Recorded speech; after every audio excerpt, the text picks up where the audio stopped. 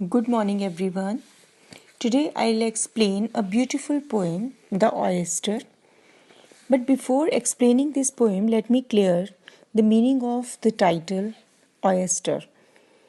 Oyster means a kind of stone or a kind of shell, you can say, and in Hindi we say seep. And this seep is used in various decorative items. Okay, so let's begin the poem. There was an oyster whose story I tell, who found that some sand had got into its shell. It was only a grain, but it gave him a great pain. For oysters have feelings, although they are so plain. Children, this is a poem about an oyster, as the title gives us this idea. And do you know that oysters have also feelings? And it's a story about an oyster who found some sand granule all of a sudden into its shell. And it was only a grain, but it gave him a great pain. Okay, so all of a sudden when this granule, we see this sand entered into his mouth or into the shell, you can say, it gave him great pain. For oysters have feelings, because they also have feelings like us, although they are so simple, है ना. तो it doesn't mean that if they are simple they don't have the feelings, है ना. उनके पास definitely उनकी भी feelings हैं. Moving to the second stanza now. Did he berate the harsh working of fate that had brought him to such a deplorable state? Did he curse at the government, cry for election, and claim that the sea should have give him protection?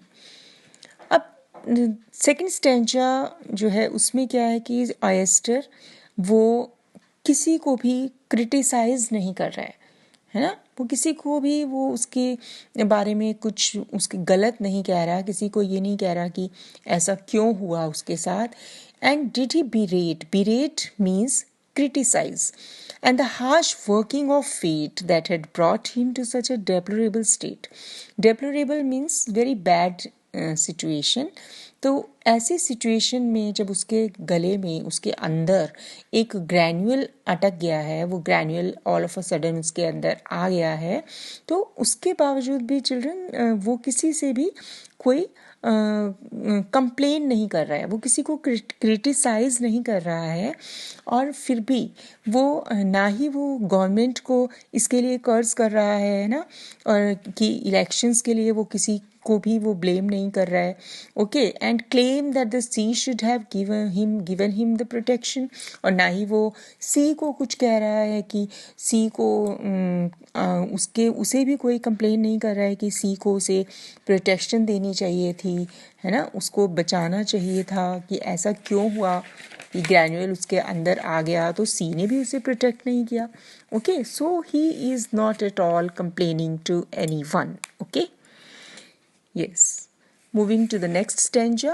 No, he said to himself, and he lay on a shell.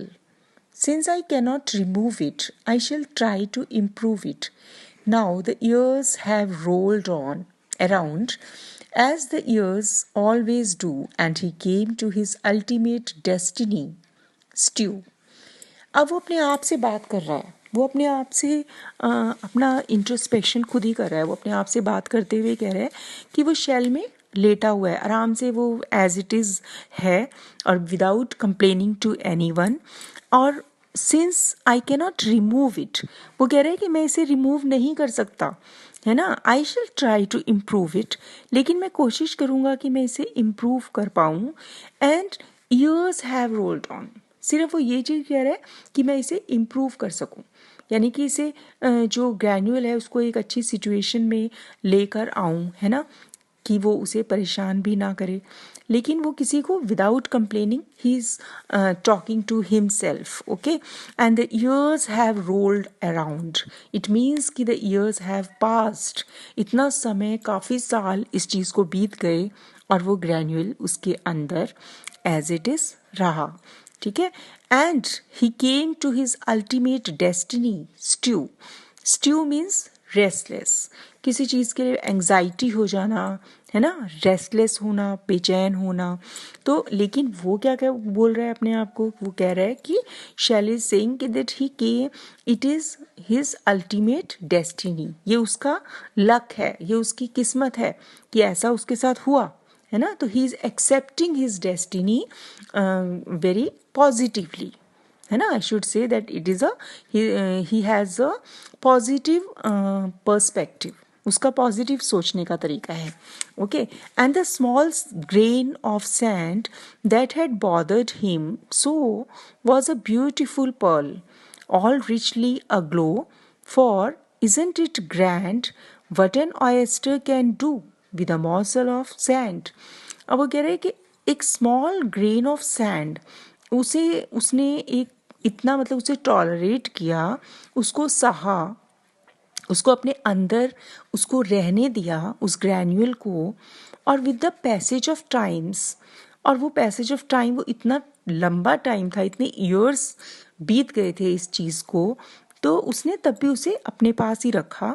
और वो that granule turned into a beautiful pearl, वो एक बहुत ही सुंदर एक Perl बन गया, है ना, मोती जिसे बोलते हैं हम।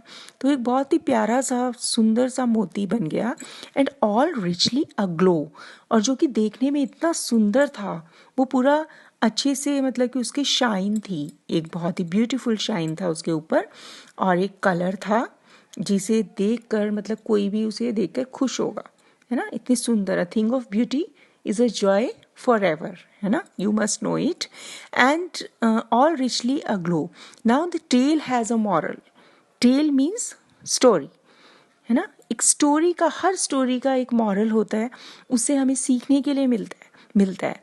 And for isn't it grand what an oysters can do with a morsel of sand, कि एक ऑयस्टर जो है वो एक ग्रैन्युअल, एक छोटा सा एक मतलब पार्टिकल है, वो एक सैंड पार्टिकल, उसके साथ वो क्या कर सकता था, है ना।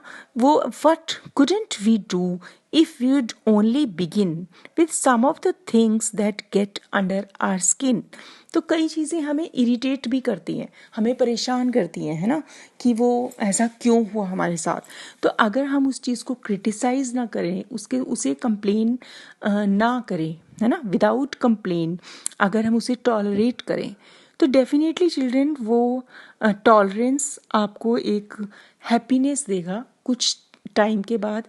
Definitely that anxiety, that your problem will turn into your success, a beautiful success I would say, है ना, इट्स अ फैक्ट। तो ये पोएम हमें एक अच्छा मैसेज यही देती है कि एनिमल्स में भी फीलिंग होती है, और अगर एक एनिमल, एक मतलब एक सी शेल अगर इस चीज़ को टॉलरेट कर रहा है, एक ग्रैन्यूल को इतने सालों तक, उसे इरिटेशन नहीं हो रही, कुछ नहीं हो रहा, पर उसको वो टॉलरेट करने के बाद उसे एक ब्यूटीफुल पर्ल में कन्वर्ट कर दिया। और वो पर्ल जो कि सबके लिए एक ब्यूटी है, सबके लिए एक हैप्पीनेस का रीज़न है।